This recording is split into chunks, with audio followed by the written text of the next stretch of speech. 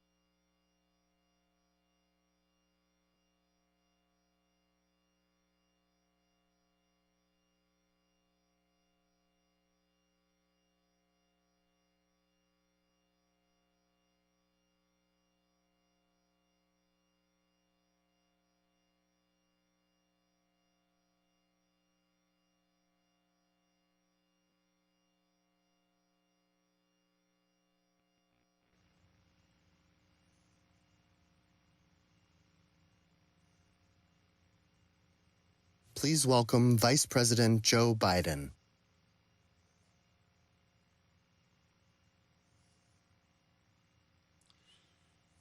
You know, I just had an opportunity to speak with the Floyd family and a group of them, most of them. They're a close, decent, honorable family, loving one another. And once again, we had the words, heard the words, and they heard them. I can't breathe. An act of brutality so elemental, it did more than deny one more black man in America his civil rights and his human rights. It denied him of his very humanity. It denied him of his life. Depriving George Floyd is, as it deprived Eric Garner, one of the things every human being must be able to do. Breathe. So simple, so basic, so brutal. You know, with the same thing happened with Aubrey. The same thing happened with Breonna Taylor. The same thing with George Floyd. You know, we've spoken their names aloud. We cried them out in pain and in horror. We chiseled them into a long, suffering hearts. They're the latest additions to the endless list of stolen potential wiped out unnecessarily. You know, it's a list that dates back more than 400 years. Black men, black women, black children. The original sin of this country still stains our nation today, and sometimes we manage to overlook it. We just push forward with 1,000 other tasks in our daily life, but it's always there. In weeks like this, we see it plainly that we're a country with an open wound, and none of us can turn away. None of us can be silent. None of us can any longer can we hear the words, I can't breathe, and do nothing. You know, we can't fail victims like, you know, what Martin Luther King called the appalling silence of good people. Every day, African Americans go about their lives with a constant anxiety and trauma, wondering, who'll be next? Imagine if every time your husband or son, wife or daughter left the house, you feared for their safety from bad actors and bad police. Imagine if you had to have that talk with your child about not asserting your rights, taking the abuse handed out to them, just so they could make it home. Imagine having police called on you just for sitting in Starbucks or renting an Airbnb or watching birds. You know, this is the norm black people in this country deal with. They don't have to imagine it. The anger and frustration and the exhaustion, it's undeniable. But that's not the promise of America. It's long past time that we made the promise of this nation real for all people. You know, this is no time for incendiary tweets. It's no time to encourage violence. This is a national crisis, and we need real leadership right now. Leadership that will bring everyone to the table so we can take measures to root out systemic racism. It's time for us to take a hard look at the uncomfortable truths. It's time for us to face that deep, open wound we have in this nation. We need justice for George Floyd. We need real police reform that hold cops to a higher standard that so many of them actually meet, that holds bad cops accountable, that repairs relationship between law enforcement and the community they're sworn to protect. We need to stand up as a nation with the black community, with all minority communities, and come together as one America. That's the challenge we face. You know, it's going to require those of us who sit in some position of influence to finally deal with the abuse of power. The pain is too immense for one community to bear alone. I believe it's the duty of every American to grapple with it, and to grapple with it now. With our complacency, our silence, we are complicit in perpetuating these cycles of violence. Nothing about this will be easy or comfortable. But if we simply allow this wound to scab over once more without treating the underlying injury, we'll never truly heal. The very soul of America is at stake. We must commit as a nation to pursue justice with every ounce of our being. We have to pursue it with real urgency. Got to make real the promise of America, which we've never fully grasped. that all men and women are equal, not only in creation, but throughout their lives. Again, to George's family, thanks for taking the time to talk to me. I promise you, we do everything in our power to see to it that justice is had in your brother, your cousin's case. God love you all, and folks, we got to stand up. We got to move. We got to change.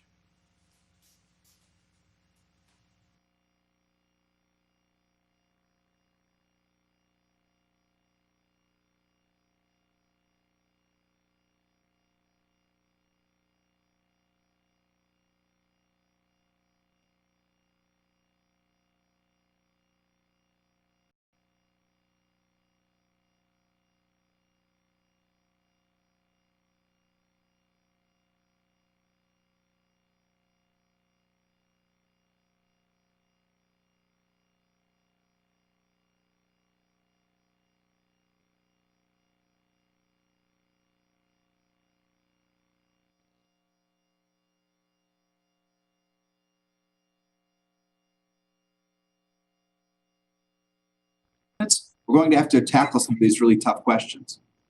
I just have one comment. I know my time is up here, but I know that Mayor Benjamin made the comment a minute ago about the municipal bond market.